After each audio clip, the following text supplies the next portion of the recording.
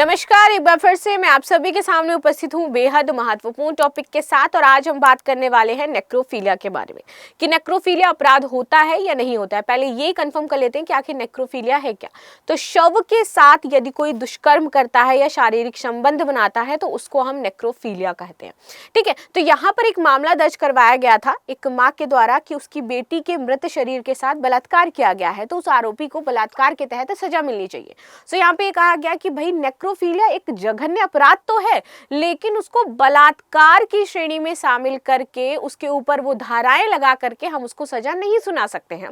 ठीक है, तो ये बातें यहाँ पर कही गई हैं। बाकी आपकी इस पर क्या राय हो जाती है कि जो शरीर के साथ जो मृत शरीर होता है, चूंकि हमारे आर्टिकल 21 में ये कहा गया है कि जीवन और मृत्यु दोनों का हमारे पास जो है अधिकार है, मृत शरीर को लेकर के भी अधिकार है कि भाई उसको छिन्न विछिन्न नहीं किया जाएगा, किसी भी तरीके से बर्बरतापूर्ण व्यवहार नहीं किया जाएगा मृत शरीर के साथ, तो वो हमारा अधिकार है। लेकिन मृत शरीर के साथ यदि दुष्कर्म होता है, उसके साथ यदि कोई सेक्सुअल एक्टिविटी होती है तो वो बलात्कार की श्रेणी में कंसीडर नहीं होती है और इसके तहत उस आरोपी को बरी कर दिया जाता है।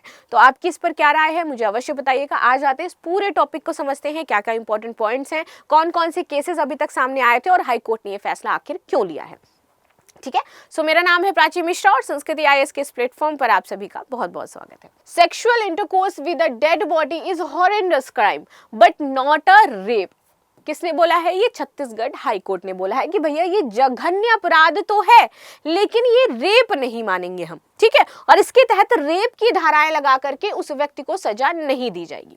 चलो आगे आ जाते हैं। तो मौजूदा जो भारतीय कानून है वो ये कहता है कि नेक्रोफिलिया जो है अपराध की श्रेणी में शामिल नहीं किया गया है, इसीलिए इस आधार पर किसी को सजा नहीं दी जा सकती है।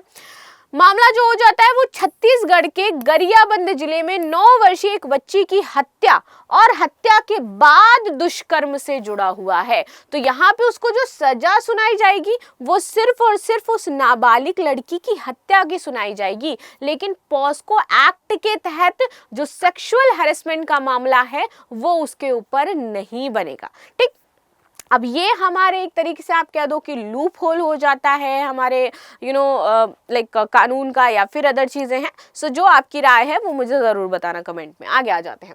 मामला क्या था तो बता दें, ये 2018 का मामला हो जाता है। छत्तीसगढ़ के गरियाबंद में 9 साल की एक बच्ची के शव के साथ सुनसान इलाके में मिला था और उसके साथ रेप और इस तरीके की बर्बरतापूर्ण जो स्थिति थी वो की गई थी। आरोपित नीलकंठ उर्फ नीलू नागेश को पुलिस ने गिरफ्तार किया था। इस मामले में पूछताछ के दौरान नितिन यादव ने गुनाह कबूल करते हुए पुलिस को बताया कि उसने बच्ची का अपहरण किया, दुष्कर्म किया और फिर उसकी हत्या की थी। आरोपी ने अपने बयान में यह भी कहा था कि उसने मृतक के शव के साथ भी दुष्कर्म किया था। ठीक है, आगे आ जाते हैं। मृतक की मां ने फैसले को हाई कोर्ट में दी थी चुनौती। वहीं मामले की सुनवाई के बाद ट्रायल कोर्ट ने मुख्य आरोपी नितिन यादव को अलग अलग धाराओं में आजीवन कारावास की सजा सुनाई थी, जो आज भी वो आजीवन कारावास भोग रहा है। ठीक है, क्योंकि उसने क्या किया था, दुष्कर्म किया था पहले भी और बाद में भी, सेम टाइम दोनों में। तो वो बाद का जो है वो उसके ऊपर ऐड नहीं हुआ, बाकी पहले का ऐड हुआ और उसके बाद मामला दर्ज करके आजीवन कारावास वो झेल रहे हैं। इसके अलावा कोर्ट ने सह आरोपी नीलकंठ उर्फ नीलू नागेश के साक्ष्य छिपाने के आरोप में आईपीसी की धारा 201 के तहत 7 साल की कैद की सजा सुनाई। अब यहाँ पर नीलू नागेश के ऊपर भी उसकी मां चाहती है कि ये केस लगे, क्योंकि इसमें आरोपी आपके 2 थे, एक नहीं था। और जो सजा सुनाई गई है वो किसको सुनाई गई है, इधर आ जाते हैं, नितिन यादव को सुनाई गई है। और अभी जो मामला पूरा अटका है किस पर अटका हुआ है, नीलकंठ उर्फ नीलू नागेश पर अटका हुआ है। ठीक है, चलो आगे आते हैं। हालांकि ट्रायल कोर्ट के फैसले को मृतक की मां ने हाई कोर्ट में चुनौती दी बाद में जाकर के, और हाई कोर्ट ने ट्रायल कोर्ट के फैसले को सही ठहराते हुए याचिका को खारिज कर दिया है। अब हाई कोर्ट ने क्या बोला यहाँ पर, तो हाई कोर्ट ने अपने फैसले में कहा कि देश में प्रचलित कानून में जो प्रेजेंट टाइम में है, इसमें शव के साथ दुष्कर्म को अपराध की श्रेणी में अभी नहीं रखा गया है। और आपसे मेरा प्रश्न अब ये है, क्या ये अपराध की श्रेणी में शामिल होना चाहिए या नहीं होना चाहिए? मौजूदा कानून में नेक्रोफिलिया अपराध नहीं है। वर्तमान कानून में शव के साथ दुष्कर्म करने वाले को सजा का प्रावधान नहीं है। जो किसने किया था, नीलकंठ उर्फ नीलू नागेश ने किया था मरने के बाद उस लड़की के साथ रेप। और जो आपके यहाँ पर नितिन हो जाते हैं, नितिन यादव ने उस लड़की के साथ पहले दुष्कर्म किया था, तो इसलिए इनको सजा हुई पॉस्को एक्ट के तहत, लेकिन इनके ऊपर कोई मामला वैसा बना नहीं, जो कि उसकी फैमिली चाहती थी कि इनके ऊपर भी यही मामला बनाया जाए। आगे आते हैं, क्या होता है नेक्रोफीलिया। नेक्रोफीलिया एक तरह की अजीब विकृति के लिए इस्तेमाल किया जाता है जिसमें किसी शव की तरफ यौन आकर्षण होता है। यहाँ पर आप देखोगे कि कुछ लोग होते हैं जो शव के प्रति आकर्षित होते हैं, डेड बॉडीज के साथ उनको इस तरीके से शारीरिक संबंध बनाने का उनका मानसिक विकृति उनमें होती है। ठीक, ये किसी व्यक्ति के शव के साथ यौन संबंध स्थापित करने की तीव्र इच्छा होती है। नेक्रोफीलिया ग्रीक शब्द होता है जो नेक्रो और फीलिया से मिलकर के बना है। नेक्रो का अर्थ होता है यहाँ पर मृत और फीलिया का अर्थ होता है प्यार या फिर आकर्षण। ठीक, ऐसे में नेक्रोफीलिया का शाब्दिक अर्थ हो जाता है किसी शव या मृत शरीर के प्रति प्यार या आकर्षण उत्पन्न हो जाना किसी में।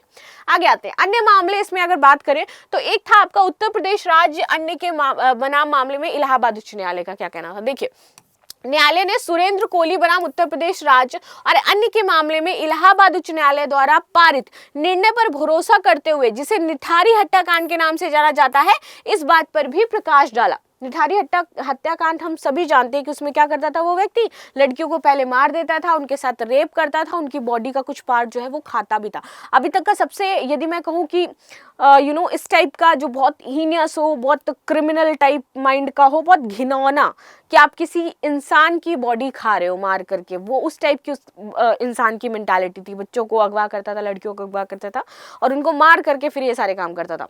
तो उस पर भी प्रकाश डाला गया।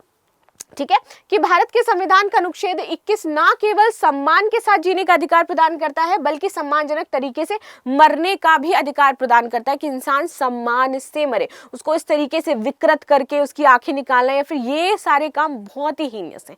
तब यहाँ पर ये बात आपकी मेंशन करी गई थी। न्यायालय ने टिप्पणी की, आरोपी द्वारा अपने पीड़ितों के शवों पर किए गए अत्याचारों को अनदेखा नहीं किया जाएगा, जो उसने सबके साथ किए थे। न्यायालय ने शारीरिक अखंडता, सहमति और गरिमा के सिद्धांतों को निर्धारित किया और यह भी देखा कि शव पर बलात्कार के मामले में इन तीनों सिद्धांतों का उल्लंघन किया गया है, जो ये सिद्धांत बनाया गया आर्टिकल 21 के तहत। तो अगर ये बातें यहाँ पर कही गई हैं इलाहाबाद हाई कोर्ट के द्वारा, तो फिर छत्तीसगढ़ को उसके तहत वहां पर मामला दर्ज करना चाहिए था, क्योंकि यहाँ पर इन सारी तीनों चीजों को संज्ञान में लिया गया था, आधार बनाया गया था, धाराएं लगाई गई थी और सजा सुनाई गई थी। तो फिर छत्तीसगढ़ हाई कोर्ट को ये सारी चीजें माननी चाहिए थी।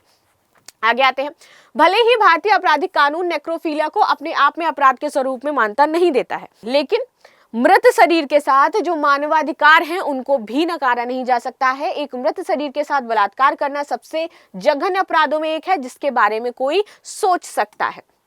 ठीक है, लेकिन मामले का तथ्य यह है कि आज की तारीख उक्त आरोपी को आईपीसी की धारा 363, 3763, पॉस्को अधिनियम 2012 की धारा 6, 1989 के अधिनियम की धारा 3(2)(b) के तहत दंडनीय अपराध में दोषी ठहराया जा सकता है, क्योंकि बलात्कार का अपराध एक मृत शरीर के साथ किया गया है और उपरोक्त धाराओं के तहत अपराध के लिए दोषी ठहराए जाने के लिए पीड़िता को जीवित होना चाहिए।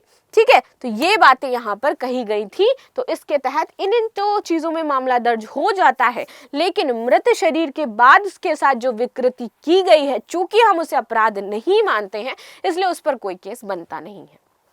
ठीक है, अब यहाँ पर माना ही जाता है कि वो मृत नहीं है, उसके अंदर कोई भावनाएं नहीं है, किसी को आहत नहीं किया गया, लेकिन उसके शरीर, उसके साथ जो ये सारी चीजें की गई हैं, वो तो एक तरीके से अपराध है ना, उसकी बॉडी को ढंग से होना चाहिए, उसकी फैमिली, ये सारी चीजें, तो वहां पर ये बातें कही गई थी। बाकी आपकी क्या राय हो जाती है जरूर बताइएगा। मिलते हैं नेक्स्ट क्लास में, तब तक के लिए धन्यवाद। लाइक शेयर सब्सक्राइब करना बिल्कुल भी ना भूलें and thank you so much.